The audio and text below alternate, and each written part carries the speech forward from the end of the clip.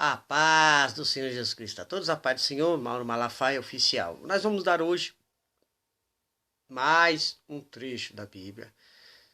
E antes, deixa aquele joinha, se inscreva no canal, ative o sininho das notificações, compartilhe, comentem, para que nós possamos alcançar cada vez mais vidas, né? E assim pregar o verdadeiro e genuíno Evangelho do Senhor. Desde já agradeço a todos pela atenção. Fiquem até o final do vídeo para vocês receberem a mensagem desta palavra que nós vamos ler hoje. Onde nós estávamos lendo sobre Atos dos Apóstolos 17. Vamos continuar. Nós falamos de Tessalônica, depois de Bereia. Tessalônica, onde eles foram expulsos de lá, né? Foram lá, tal. Aí Paulo partiu para Bereia. Paulo e Silas foram para Bereia e lá o que aconteceu? Eles escutaram e examinaram as escrituras para ver se era tudo verídico aquilo, né? Então nós pregamos sobre isso aí. Aí, saindo de lá, Saulo e Espírito foram ter com ele o mais depressa possível. Partiram. Enquanto Paulo, aí nós vamos agora para o 16, tá? Então Paulo agora já vai estar o quê? Em Atenas. Enquanto Paulo os esperava em Atenas, Paulo já está em Atenas, o seu espírito se comovia em si mesmo, vendo a cidade tão entregue à idolatria. Atenas, onde é Atenas? Capital da Grécia, né, gente? Então, para quem não sabe, Atenas é a capital da Grécia. O que a Grécia tem? Vários deuses, né? E é o berço do quê? Berço da filosofia, que nem a filosofia grega, que é, né, uma das filosofias, eu acho que mais importante, né? Assim, filosofia do homem, né? Entendeu? Então é o berço da filosofia, né? De sorte que disputavam na sinagoga com os judeus, tá? Então havia os judeus lá.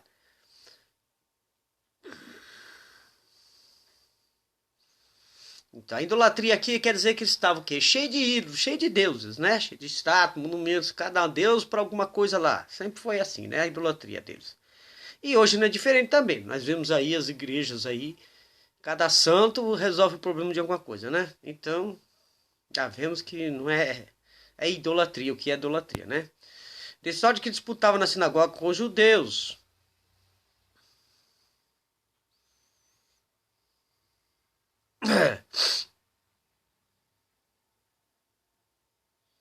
E religiosos. Então ele disputava com os judeus que tinham se rendido à idolatria e os estudiosos judeus também, só que esses preservavam ainda dedicados às escrituras. E todos os dias na praça com os que se apresentavam. Então quer dizer, Atenas era um lugar onde tinha muitos oradores, geralmente faziam seus discursos. Então muitas pessoas iam para lá, né? Nas praças. Para quê? Para fazer seus discursos sobre filosofia da vida, aí aquela coisa, defender a tese de um, tese de outro, e aí vai, tá? Ó, e algum dos filósofos, tá vendo? Que eu falei? Epicureus.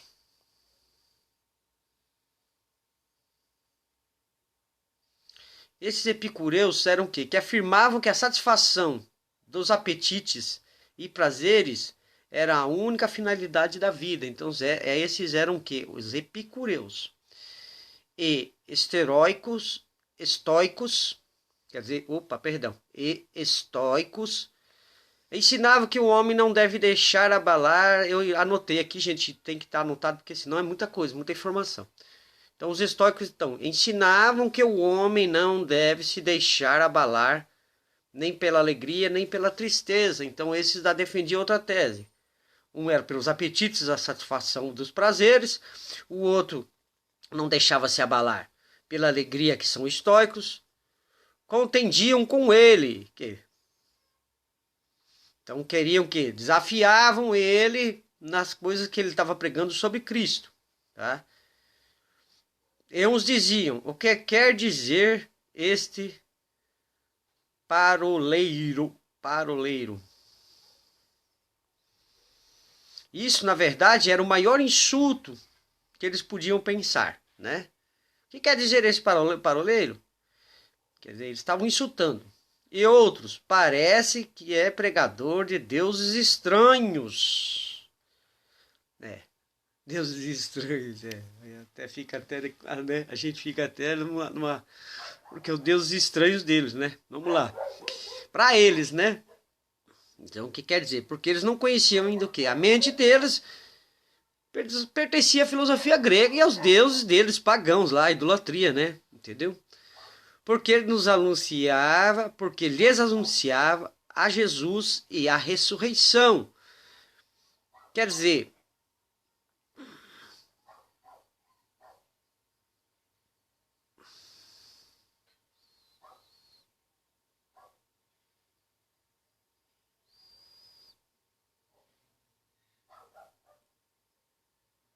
então, eles não haviam entendido. Então, Paulo pregava o que? A ressurreição. E eles não queriam ouvir sobre a ressurreição, nem tinham ideia sobre isso, né?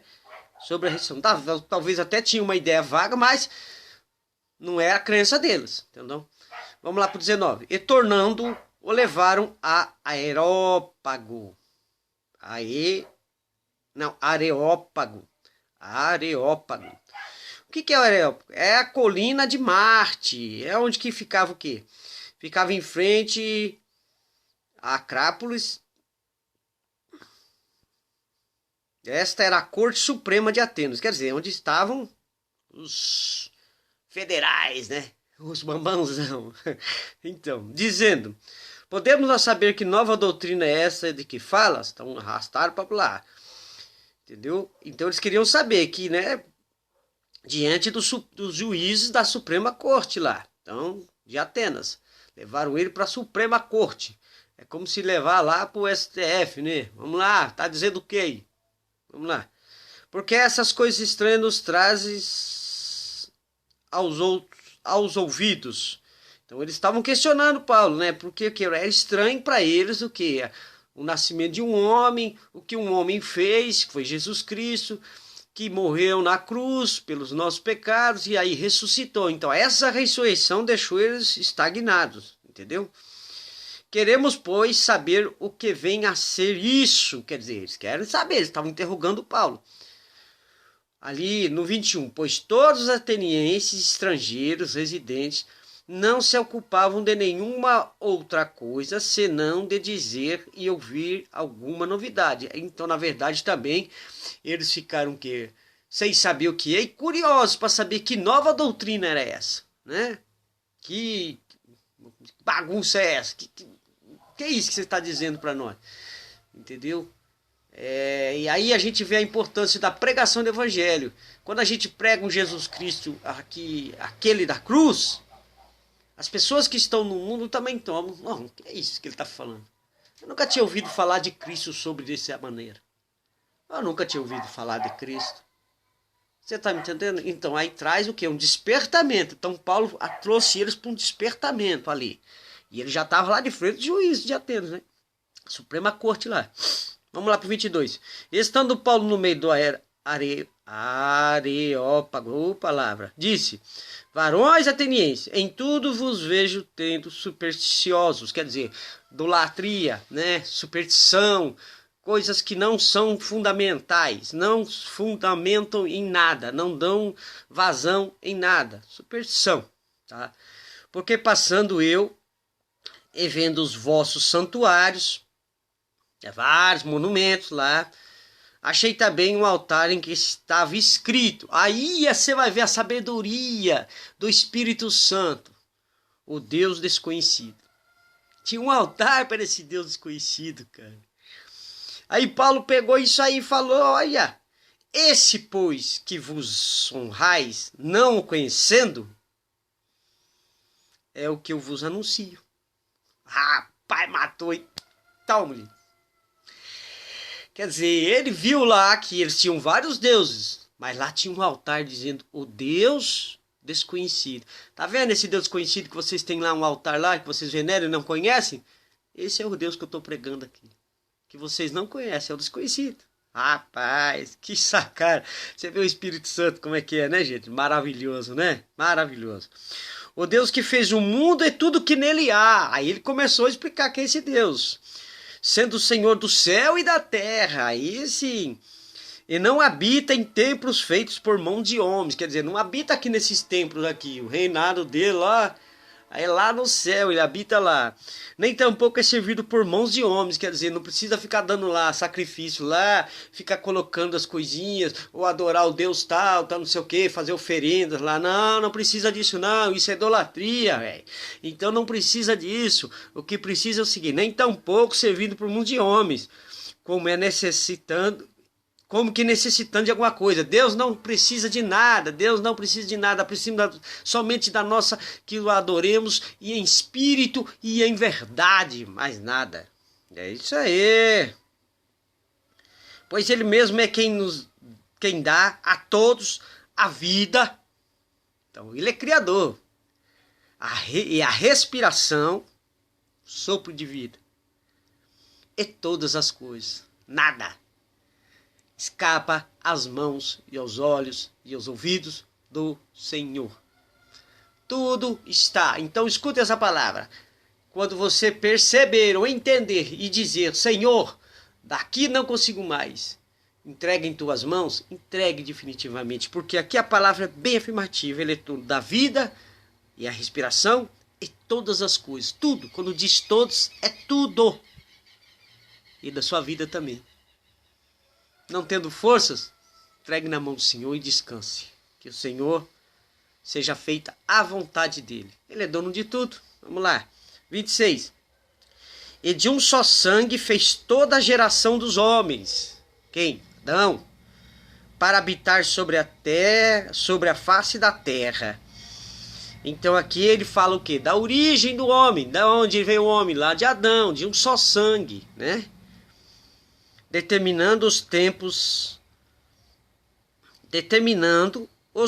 já dantes ordenados e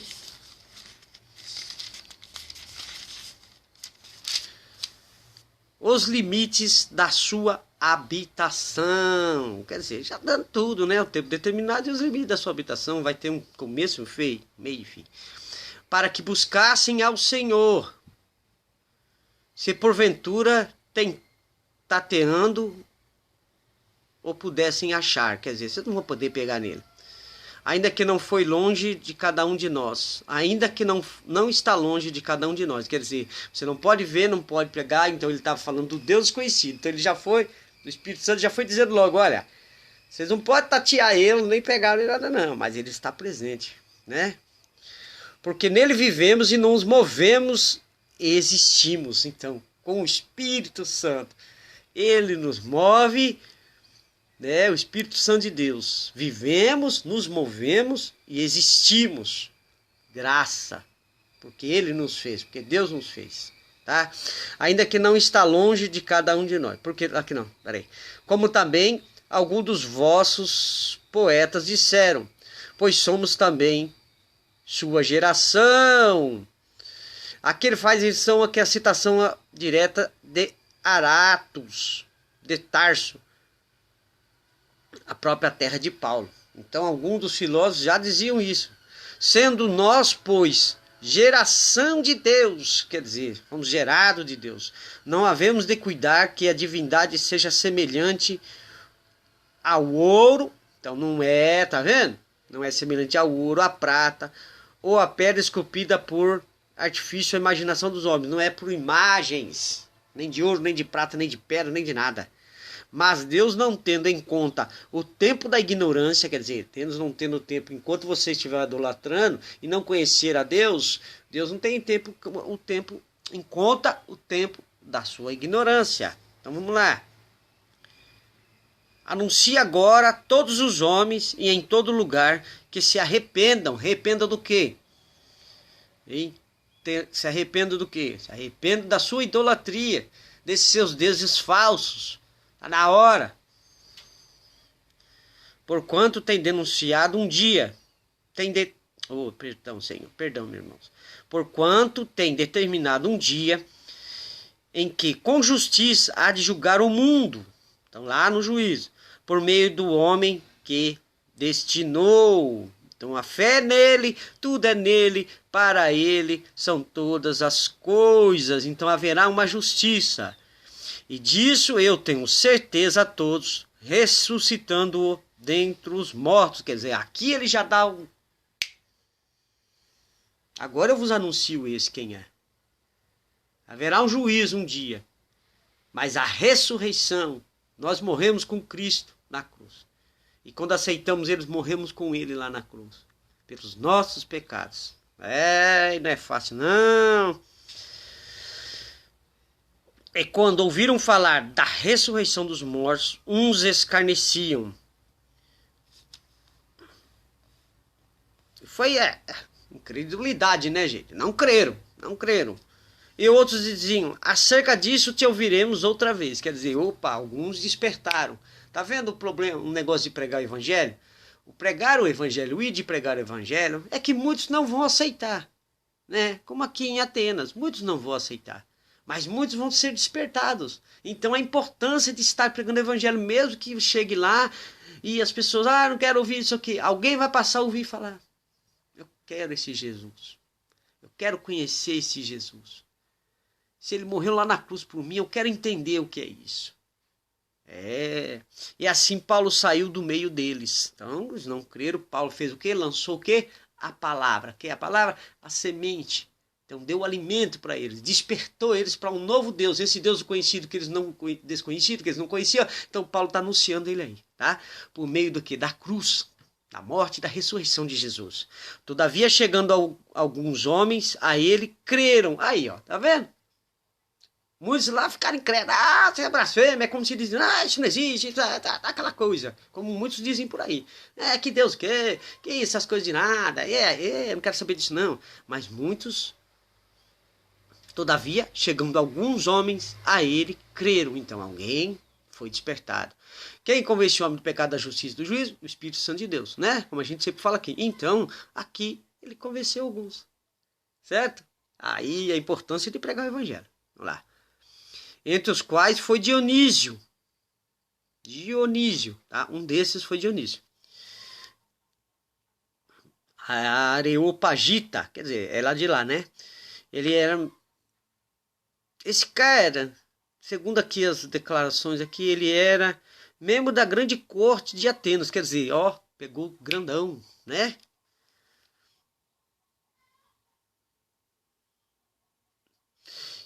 E dizem a tradição que ele se tornou pastor da igreja em Atenas. Olha aí, rapaz, o cara era grandão, adorador, idolatrava aí monumento, um monte de Deus, e agora virou até pastor, segundo algumas informações aí. Uma mulher chamada Damares, né? E com eles outros. Tá vendo? Tá vendo a importância de pregar o evangelho? E a importância de estar sempre com o Espírito Santo de Deus, porque ele dá sabedoria lá. Tá vendo aquele Deus desconhecido lá? Então é isso que eu vou falar agora. Aí falou da morte, da ressurreição de Cristo. Falou das coisas do Espírito, do que é Deus, desse Deus desconhecido. Explicou, como a gente leu na palavra. A palavra é meio grande aqui, por isso que o texto, né? Mas aí, o que acontece? A maior importância que nós temos aqui, aprendizado disso, é o seguinte, que nós estando com o Espírito Santo de Deus, ele nos vai dar sabedoria, nos vai dar direção e nos vai dar as palavras certas para pregar o evangelho. Tá vendo a importância de pregar o evangelho? Muitos vão dizer, eu não quero. Mas alguns vão ser impactados, como eu já fui, como você que está assistindo esse vídeo já foi um dia. Amém? Então você vê aqui a importância. Deus abençoe a vida de cada um de vocês. Não esqueça que amanhã é vídeo de Tá Entendendo, né? Domingo é vídeo de oração, né? Um bom final de semana a todos aí. A paz do Senhor Jesus Cristo a todos.